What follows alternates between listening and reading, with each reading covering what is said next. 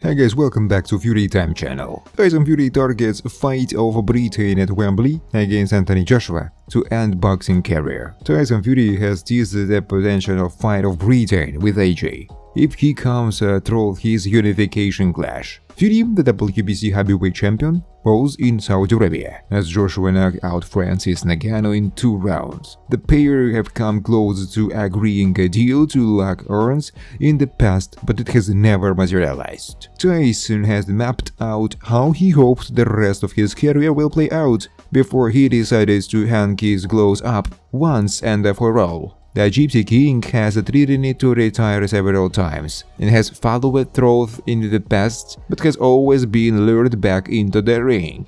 The WBC heavyweight champion was in Saudi Arabia as Anthony Joshua put on a stunning performance to destroy Francis Ngannou in 2 rounds. The former UFC champion that floored Fury took him the distance on his professional debut last October. AJ's win moved a potential blockbuster British clash between the pair back within reach, but Fury has the small matter of a 2-fight unification deal. Should he prevail, the 35-year-old admitted he could bring the certain down on his time in boxing against Joshua at one of the most ironic sporting venues in the world. Styles make fights, and my style for him, Joshua, is kryptonite. Fury told, "I've always said AJ is built to measure for me, and just because he knocked out that guy, it's not the same. He couldn't on any of those right hands. A way smaller and lighter man. Boxing is a very difficult game. It's changing all the time.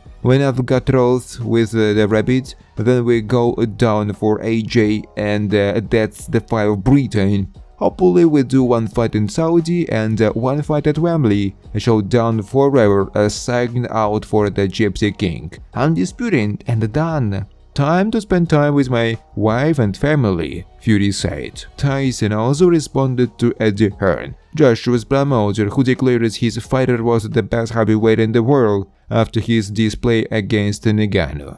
"I have a fight for absolute championship. And he just had a show in Saudi Arabia. It's fantastic for the show, but my fight, number 1. That's what Eddie Hearn is supposed to say. That's his guy. If he was not talking like that, there would be a problem. But Eddie Hearn, along with his team, they know that it's a different task fighting Tyson Fury to fighting Francis Ngannou. AJ vs Tyson Fury, the Battle of Britain, has been dangerous like never before. But will it finally happen? Anthony Joshua vs Tyson Fury. It's like people think if they say their names in the same breath enough, the two shall magically appear in the ring together. The carrot has been dangled to the point of no return, and yet boxing has a nasty habit of falsifying hope. Fury's presence had been felt all week in Saudi Arabia. There was no Joshua talk without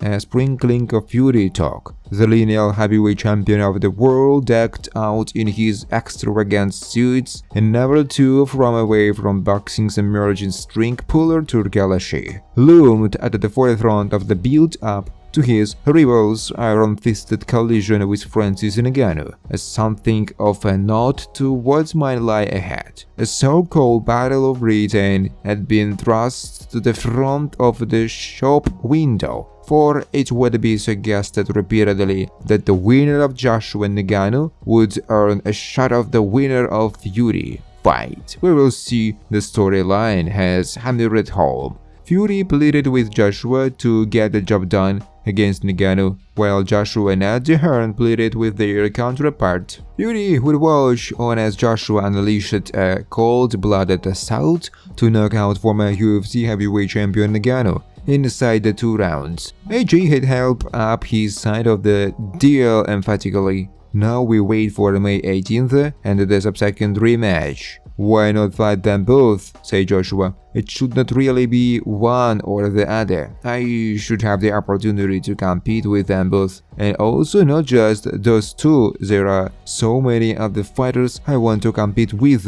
But since you're asking me about the winner, I think both are very creditable fighters and I would like the opportunity to face them at some stage. Joshua and Fury reportedly signed a contract to finally meet in 2021, only for the third fight in an epic trilogy against Deontay Wilder to scupper plans. The pair then verbally agreed to fight in an aftermath of Joshua's rematch loss, only for nothing to materialize at the moment when AJ was admittedly due a deserved rest and recovery. It feels a little different this time, but boxing has fallen into that trap before. As the wait for an undisputed champion gradually draws to a close, there is a sense the top of the heavyweight division is reaching boiling point. If the generational fights are to be made, it has to be here. It has to be now. Both Joshua and Fury know that. Joshua can take some credit for re-elevating the intrigue due to a long-coveted encounter with Fury, who for a long time had been considered an overwhelming favorite in light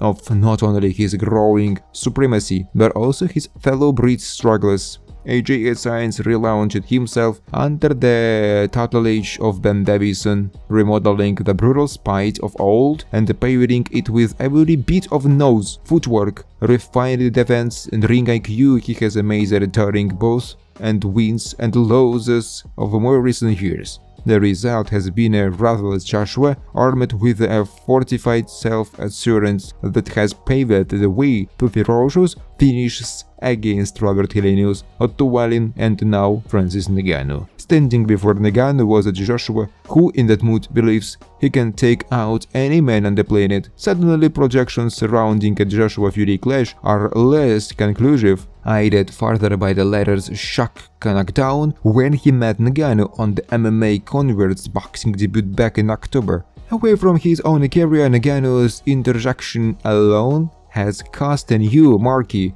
fascinating cloud over a fight the public refuses to believe will not come to fruition. Here referred to Joshua as the best heavyweight in the division during the immediate aftermath of his victory over Ngannou. Whether you believe it or not, it is a narrative they can now afford to push while reading the momentum of such a destructive knockout and with Joshua partying in full hunter mode. "I'm sure it's a big fight," said Tyson Fury. "It's me and him who fought for the number 1 and number 2 position and the undisputed championship of the world. I had a shit performance against Francis Ngannou. I've never said anything different. Joshua knocked me out and that's what a boxer should have done." Joshua saw Ngannou naively switch to southpaw and punished the experienced Mets slide over confidence with 3 of the most frightening right hands to which boxing will bear witness this year. Early in the week, Fury and manager Spencer Brown had underlined the toughness of Ngannou to barely budge into the face of the Gypsy King's finest shots and even an accidental elbow. In doing so, they inadvertently propped up Joshua's image as a resurgent wrecking machine. What happens if AJ lands one of those shots on Fury? There is your new cell. As the towering Ngannou folded, Fury offered Joshua his applause from ringside. He knew he had a fight on his hands down the line, but Fury has always known as much, no matter how dismissive he might have been of Joshua in the past. Fury all but confirmed during the week that he and his new opponent will fight in a rematch later this year following their initial clash for Undisputed. With that in mind, Joshua could yet find himself waiting until 2025 for a shot at one of the two amid a period when his dazzling form has been partially built on activity and the momentum it has enabled him to build. Filip Hrgovic represents one potential stopping point in the meantime as the IBF mandatory challenger, who could offer Joshua a road to becoming a 3-time world champion if the belt is vacated. The possibility of a matchup with Deontay Wilder seems to have come and gone on the basis of his shock loss to Joseph Parker, who might tell himself he would like another opportunity against Joshua after being outpointed when the two fought in 2018. He, of course, has a rematch with Zhang Jili to think about first after surviving 2 knockdowns to beat the 40-year-old on Friday. As ever, the path to Joshua Fury is anything but simple, but it is getting closer and the pressure is mounting on both fighters and all affiliated with the fight-making process to ensure it happens. Joshua, reignited by a rediscovery of violent tendencies, Fury still defending, fidgeting man to beat as he seeks to make a statement for the age of his own by taking out. Thanks for watching, guys. If you like this video, please subscribe to my YouTube channel.